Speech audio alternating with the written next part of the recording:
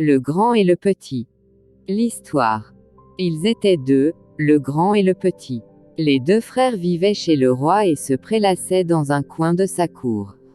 Le roi avait beaucoup de cabanes et beaucoup de champs de taro, beaucoup de nattes et de récipients de noix de coco, beaucoup de chapelets de beaux coquillages, mais il n'était pas heureux. Le grand et le petit travaillaient pour le roi, mais ne possédaient rien, sans doute ne savaient-ils pas épargner. Chez le roi la nourriture circulait beaucoup, mais n'arrivait pas toujours jusqu'à eux, si bien que le grand, qui avait toujours faim, était malheureux. Les repas du roi étaient préparés par de nombreux villages, le deuxième après le premier, le troisième après le deuxième, et ainsi, toujours et toujours, tour à tour. Quand un village cuisinait pour le roi, le parfum de cuisine trottait sur tout le pays, puis trottait avec des chants, quand les gens portaient la nourriture au roi. Le parfum et les chants frappèrent le nez et les oreilles des deux frères. Va à leur rencontre, dit le grand à son frère. Prends la nourriture de leurs mains, et que tes jambes la portent devant le roi. Le roi aura beaucoup de bonnes choses à manger et beaucoup de parfums, et son estomac sera très rempli, alors il te donnera un morceau, ce morceau tu le partageras, et le plus grand morceau de ce morceau tu le donneras à ton grand frère. Car mon estomac réclame à manger de nouveau. Le petit alla et s'assit sur les marches de pierre de la maison du roi. Il attendait qu'arrive la nourriture, pour la partager entre le roi et le grand. Les gens se demandèrent pourquoi le petit était assis sur les marches. Le roi ordonna que l'on appelle le petit. « Pourquoi es-tu assis sur mes marches ?» demanda le roi. « Je suis le petit, et j'ai faim ô mon roi, mais mon frère est le grand, et il a très grand faim. J'attends que l'on vienne du village avec ton repas, je t'apporterai la nourriture et je recevrai de toi un morceau pour mon frère. » Le roi dit aux serviteurs, « Donnez-lui une conque. » Ils lui donnèrent une conque, et le roi dit, « Porte-la à ton frère, et débroussaillez notre village. Vos mains travailleront et vos oreilles n'entendront pas crier votre estomac. Va et fais ce que j'ai dit. » Le petit alla vers son frère, et le village arriva chez le roi avec la nourriture. Le petit dit au grand ce qu'avait ordonné le roi. Débroussailler tout le village avec une seule conque, c'est un grand travail pour deux hommes, dit le grand. Mais nos mains travailleront quand les gens iront dormir. Les gens se couchèrent et dormirent, puis ils se levèrent et sortirent devant leur cabane. Ils s'étonnèrent de voir que toutes les broussailles avaient été coupées. Puis ils rirent et ils hochèrent la tête, et ils félicitèrent les frères. Seulement, pas un seul mot ne sortit de la maison du roi. Le deuxième village prépara le repas du roi. Le parfum et les chants frappèrent le nez et les oreilles des deux frères. Va, et attends pour les rencontrer, dit le grand au petit. Porte la nourriture au roi et le roi te donnera un morceau, ce morceau tu le partageras et le plus grand morceau de ce morceau tu le donneras à ton grand frère. Notre estomac crie très fort, car cette nuit nous avons beaucoup travaillé, mais hier il n'a rien mangé, pas plus qu'aujourd'hui. Rappelle au roi que nous avons fait ce qu'il nous a commandé. Le petit alla et s'assit sur les marches de pierre de la maison du roi. Le roi apprit que le petit était encore assis sur les marches. Le roi dit à ses serviteurs, « Donnez au petit une botte de bambou, afin que les frères bâtissent une maison pour le roi. » Le petit retourna auprès de son frère, et le deuxième village arriva chez le roi avec son repas. Bâtir une maison avec une botte de tiges de bambou, c'est un grand travail pour deux hommes, dit le grand. Mais nos mains travailleront quand les gens iront dormir. Les gens se levèrent quand ils virent que c'était le jour. Ils admirèrent la nouvelle maison du roi.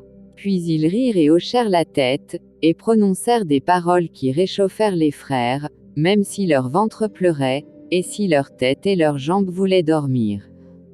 Mais de l'ancienne maison du roi pas un seul mot ne sortit. Quand le troisième village prépara le repas du roi, le petit était déjà assis sur les marches de pierre. Un serviteur du roi vint et lui donna une hache. « Faites un nouveau canoë pour le roi. » Le petit et le grand construisirent un beau et grand canoë. Le soleil se leva, les gens aussi, et ils virent le nouveau canoë devant la maison du roi.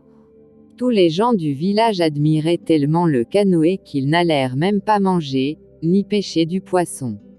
De leur bouche coulaient de belles paroles, ils ne trouvaient aucun défaut au canoë. Mais de la maison du roi ne sortit aucun mot. De la maison du roi ne vint pas le moindre morceau de nourriture qui eût pu se partager en 2 plus petits morceaux. Les gens admiraient le canoë, mais déjà le grand et le petit ne les voyaient plus. Ils étaient partis sur le rivage et construisaient un grand radeau. Le nom des frères courait à travers tout le pays, et les gens de tous les villages appelaient à venir voir le canoë. Les gens accouraient de partout et apportaient des noix de coco pour les frères. Les frères mirent les noix de coco sur le radeau. Ils prirent également des récipients avec de l'eau, car ils partaient en haute mer. Ils s'enfuirent sur la mer salée, pour qu'elles boivent leurs larmes, les larmes salées d'amertume. Ils se plaignaient du roi, qui s'était montré ingrat et égoïste. Il y avait beaucoup de noix de coco sur le radeau, mais cela faisait déjà beaucoup de jours que la mer transportait le radeau. Le grand avait déjà mangé toutes ses noix de coco, maintenant le petit donnait ses noix à son frère. Bientôt il n'y eut plus qu'une seule noix sur le radeau. Le grand gisait sur le radeau, et sa force s'épuisait. Il dit au petit, « Réjouis ton cœur, frère. Notre radeau ne va voguer plus qu'1 jour et 1 nuit, puis nous aborderons une nouvelle île. Réjouis ton cœur, car tu ne mourras pas dans un village étranger, mais tu mourras là où nous sommes nés. » Il s'allongea sur le radeau, et ses yeux regardèrent le soleil. Puis il s'endormit pour toujours. Le petit chanta un chant funèbre, et dans sa tête passèrent les chants et les odeurs qu'il avait partagés avec son frère. Puis il cassa la dernière noix, et le radeau, après 1 journée et 1 nuit, aborda sur la rive. Le petit mit pied à terre, mais toutes ses forces avaient quitté sa tête, son corps et ses jambes. Il avait envie de dormir longtemps. Le long du rivage un homme et une femme se promenaient. Ils passèrent sur les jambes du petit. Ils crurent qu'il marchait sur un arbre. Ils se penchèrent et virent que ce n'étaient pas 2 branches, mais des jambes. Ils dirent, « D'où viens-tu, homme arbre ?» Le petit se leva et alla avec eux dans leur cabane. Ils lui donnèrent une natte pour dormir et de la nourriture. Il mangea avec eux, il travailla avec eux. Quand la force revint dans ses bras et dans ses jambes, et quand sa tête fut plus claire, il dit à l'homme et à la femme, « Je veux parcourir votre île et voir de nouvelles choses et un nouveau pays. » L'homme et la femme le laissèrent partir, mais ils lui dirent, « Tu arriveras à un endroit où se dressent 2 rochers. Il te faut passer entre eux. Mais les rochers ne restent pas immobiles, ils sautent l'un contre l'autre sans cesse. Seul celui qui a le pied rapide passe entre eux vivant, celui qui a le pied lent, il lui écrase la tête comme une noix. » Le petit partit et découvrit de nouveaux villages. Puis il arriva devant les rochers. C'étaient de très grands rochers, et ils sautaient l'un vers l'autre en faisant grand bruit. Le petit passa entre eux, repoussant l'un d'un coup d'épaule et l'autre d'un coup de pied. Puis il les écrasa en petits morceaux, et répandit les cailloux sur le sol. « C'est bien fait pour vous, mauvais rochers qui avez écrasé la tête des gens. » Il retourna chez l'homme et la femme, mangea avec eux, travailla au champ avec eux.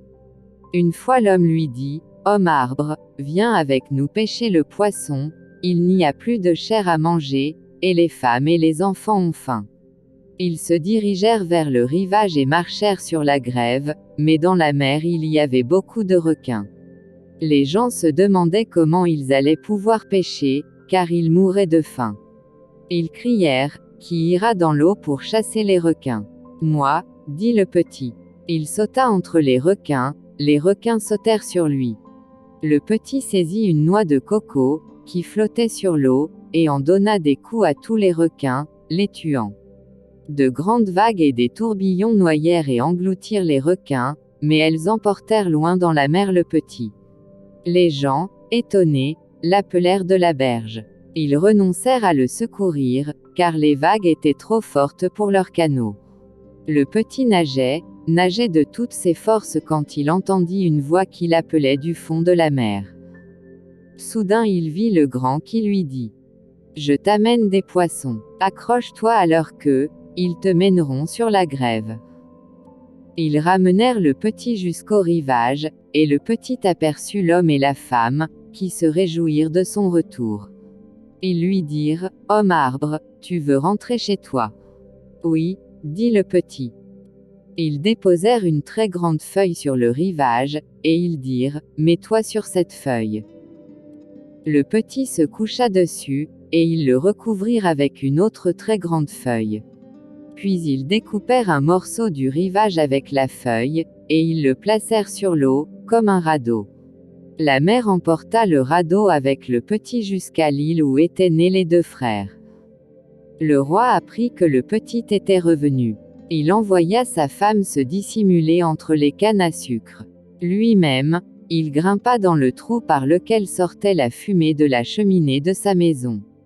Le petit arriva, et il débusqua le roi. « Roi, pourquoi es-tu assis dans le trou que la fumée a sali ? » « Je veux que mon corps reçoive un peu de chaleur, dit le roi à voix basse, et tout tremblant.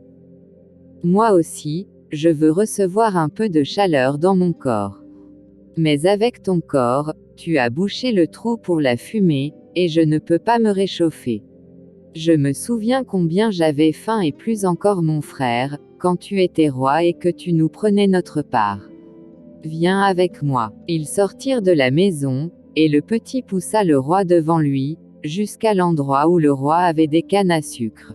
« Pourquoi es-tu assise dans les cannes à sucre ? » se moqua le petit en tirant la reine par sa robe. « Je voulais en prendre et en manger. Mais tu es ici, et je ne peux pas. Je me souviens comment c'était quand nous sommes partis avec mon grand frère sur un radeau et que nous n'avions pas la moindre noix de coco. Et comment mon frère est mort. Viens avec moi. » Le petit poussa devant lui la reine et le roi, et le sourire lui tomba des lèvres. Dans sa tête passa une ombre chaude et rouge. Le petit les força à embarquer sur le radeau, qu'il poussa sur la mer libre. Il leur cria, tandis qu'ils s'éloignaient : « Vos oreilles étaient bouchées pour ne pas entendre nos ventres qui pleuraient de faim. Vos yeux étaient aveugles et ne voyaient pas que de nos yeux coulaient des larmes salées. Allez sur la mer et goûtez combien elle brûle, l'eau salée. Écoutez comment il chante, le ventre creux. » Les grandes vagues poussèrent le radeau, qui devint de plus en plus petit. Le petit le regarda s'éloigner. « Quand vous rencontrerez le grand, mon frère, qui est mort par là, dites-lui que je suis revenu sur l'île où nous sommes nés, lui et moi. Dites-lui que je suis revenu et que je vous ai envoyé vers lui, pour qu'il vous dise ceci : ne fais rien de ce qui amène les larmes dans les yeux des gens et la colère dans leur cœur. » Après, il retourna au village.